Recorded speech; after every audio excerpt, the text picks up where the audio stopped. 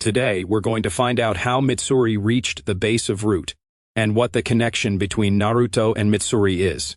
So without wasting any time, let's get started with what if Naruto was in Demon Slayer. At the beginning of the episode, we see the entire audience has gone completely silent. Sasuke, whose name everyone had been shouting, was lying on the ground with one of his arms severed, which Naruto had cut off with his katana in the final battle. We see Naruto sitting comfortably under a tree as if nothing had happened. Anko goes to him and says, "Don't you think you've gone too far, Naruto?" Naruto says with a smirk, "He was literally after my life. If he had the chance, he would have definitely killed me." Shaking her head, Anko says, "Forget all that. But how did you use your sword to overpower Sasuke's lightning-powered jutsu?" "It wasn't that tough, Anko. I've known how to manipulate wind release for a long time." Many medical ninjas and Shizune rushed to Sasuke's side, as his situation was very serious. Even Suna steps in to help heal Sasuke, guiding all the medical ninjas and Shizune. Amidst all this, Kakashi, Jiraiya, Asuma, and Kurenai make their way over to Naruto, who is still sitting under the same tree. First, Asuma asks Naruto in a very flustered tone. "That was elemental manipulation. No person should even know a technique like that. When did you learn all of this?" Naruto sends his katana into the void. Seeing this, all of the Jonin's eyes go wide. None of them had ever seen a jutsu like that. "How do you know all these jutsu? I mean, you didn't know anything a few months ago." "What do I know? How did I learn that? You have nothing to do with this. Do your job, Asuma. You underestimated me so much that you didn't even tell your team about this tournament. Just one thing matters. I won this tournament, so I'll very kindly tell you to go to hell." Then Kurenai interrupts. "You fight like savages. Get up. You've permanently injured many of the Jonin here. You're calling me savage. You should know how much I've been holding back. If I wanted to, I could have killed all your precious Jonin right here, right now, Sasuke included. But I didn't do that. So I guess you should be thanking me. I didn't even go that hard on anyone except Sasuke and Kiba. You guys are attacking me for no reason. And you call yourself Jonin. You don't even have enough sense to understand that winning is the most important thing in a fight."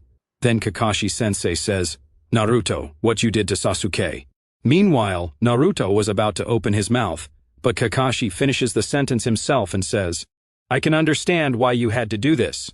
Naruto is surprised to hear this. He's never heard Kakashi say anything like that, but Naruto feels deep inside that Sasuke is Kakashi's favorite student. "While teaching my student the Chidori, I made him promise that he would never use this technique against his friends. He broke that promise and tried to kill you. Whatever you did it in self-defense. And my student is still alive. This proves that, even if you don't show it, you're a true Konoha shinobi and you care about your fellow Jonin." Naruto says, "There's no need for all this melodrama, Kakashi-sensei, and let me be clear. I don't consider Sasuke my friend, but as long as we're both wearing the same headband, I would never consider Sasuke my enemy either." Kakashi asks Naruto about his void jutsu. Naruto's jutsu is somewhat similar to Kakashi's Kamui. Naruto explains that it's a special jutsu from the Uzumaki clan, which he learned with the help of the third Hokage. Now we all know how bad Naruto's relationship with the third Hokage was, and Danzo was the one who trained Naruto in his childhood. So this raises the question, how does Danzo have data on the Uzumaki clan's jutsu? We're then shown that Tsunade has largely taken charge of Sasuke's condition and has put Shizune in charge of healing him. Tsunade walks up to Naruto, pats him on the head and says, "Good job, kid. You've earned your promotion. But I'm sorry to say that I can't promote you directly. You'll first have to make Chunin and complete some missions."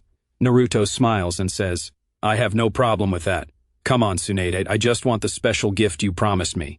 Tsunade blushes and says, "Meet me at the Hokage Tower in a little while." After this, we're not shown what gift Tsunade gave to Naruto, nor are we told what secret history existed between Tsunade and the others. We're directly shown a night scene where Naruto is exhausted and about to fall asleep in his apartment. Then suddenly, Naruto says, "Do you plan to come inside, or are you going to stand out there all night?" We see Mitsuri sitting at the window of Naruto's apartment. The last time we saw Mitsuri, she was about to enter Danzo's base, and she definitely wanted something from there. Mitsuri comes inside Naruto's apartment and says, "I found a way." Naruto asks, "Have you found a way to go back to your world?" Then he adds, "Mitsuri, don't tell me you still have that crazy idea stuck in your head. I thought you had moved past all that." Mitsuri shouts, If your friends in your world were in danger, would you just sit around and do nothing? I don't have any friends, Mitsuri. And as far as the world goes, I stopped worrying about it a long time ago. So you don't consider me your friend? Don't try to emotionally blackmail me, Mitsuri. I've already told you that you can stay at my place for as long as you want. And I'll make sure nothing happens to you, not even a scratch. But please stop this madness about going back to your world. Because of this, Danzo-sensei, Mitsuri interrupts. Danzo-sensei? You still call that bastard sensei? Do you even know what he's done to me? And yet, I know, Mitsuri. That's exactly why I don't want you leaving my apartment. Why can't you understand that? Mitsuri becomes very emotional. The only hope she has in this entire world is Naruto. Mitsuri now shouts, You think I'm crazy? That I'm making all of this up? I don't want to say this, Mitsuri, but there's a demon king, Muzan, I think you said his name was. Don't you think that demons only exist in stories? You literally have a demon sealed inside you. This isn't a demon, Mitsuri. It's a fox. Kurama says, What did you say? Say it again. Naruto says fearfully, Calm down, Kurama, please go back to sleep. Naruto takes a deep breath, clearly frustrated, but he's known Mitsuri for many years, so he agrees to hear her out. Mitsuri begins to explain to Naruto why she went to Danzo's base. Mitsuri tells Naruto that Danzo's interest in the Uzumaki clan peaked ever since he started training Naruto.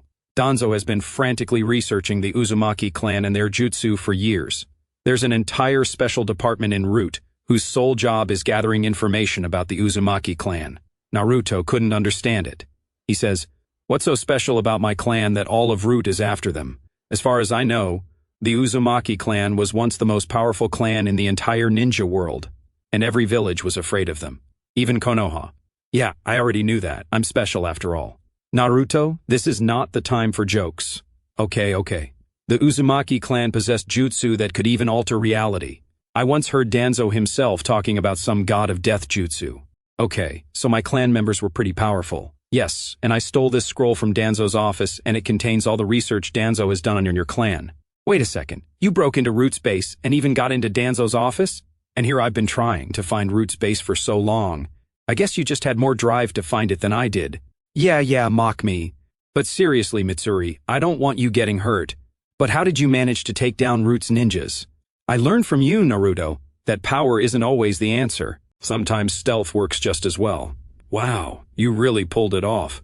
Stop distracting me, Naruto. This is serious. Okay, go ahead. I've told you many times. 1 second I was in my own world, and the next I was teleported to yours. Danzo had gotten his hands on a jutsu from the Uzumaki clan. Using it, he wanted to summon a being from another world and bring it under his control. But Danzo needed an Uzumaki to actually use this jutsu. Naruto interjects, So you're saying Danzo used me for his own plans? Yes, don't get upset, but at the time you were very young, so he wasn't able to connect with the world he was trying to reach. But this confirms that the Uzumaki clan had abilities that allowed them to interact with different worlds. And the craziest thing written in this scroll is that Ashina Uzumaki, the leader of the Uzumaki clan, cannot be killed. And Danzo suspects he's still alive. That's why Root's bases are being relocated to different locations because he's desperately searching for Ashina Uzumaki. Hearing all this, Naruto's mind races and he suddenly remembers something. And yeah, many of you probably felt the same way. Now, I don't know what secret gift Tsunade gave Naruto, but guys, it's nothing like that. Tsunade gave Naruto the papers and records of the Uzumaki clan that Konoha had been keeping. According to Konoha's records, Naruto is the last heir and leader of the Uzumaki clan. There are no other Uzumaki recorded in their files, so the leader can only be Naruto. Naruto frantically pulls out all the scrolls, and he and Mitsuri start going through them. They were gathering clues about Ashina. Then Mitsuri finds a document signed by Hiruzen, the third Hokage. In this document, Hiruzen ordered the shinobis of Konoha not to help the Uzumaki clan. Seeing this, Naruto is overcome with rage. He says, I try so hard not to hate that old man, but every now and then something comes up that fills my heart with hatred for him all over again. Mitsuri and Naruto search through the documents for a long time, and then they find a blank piece of paper.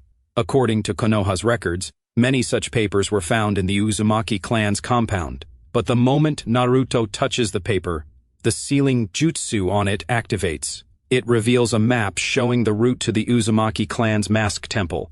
Seeing this, Naruto and Mitsuri's eyes go wide, and they both embrace each other.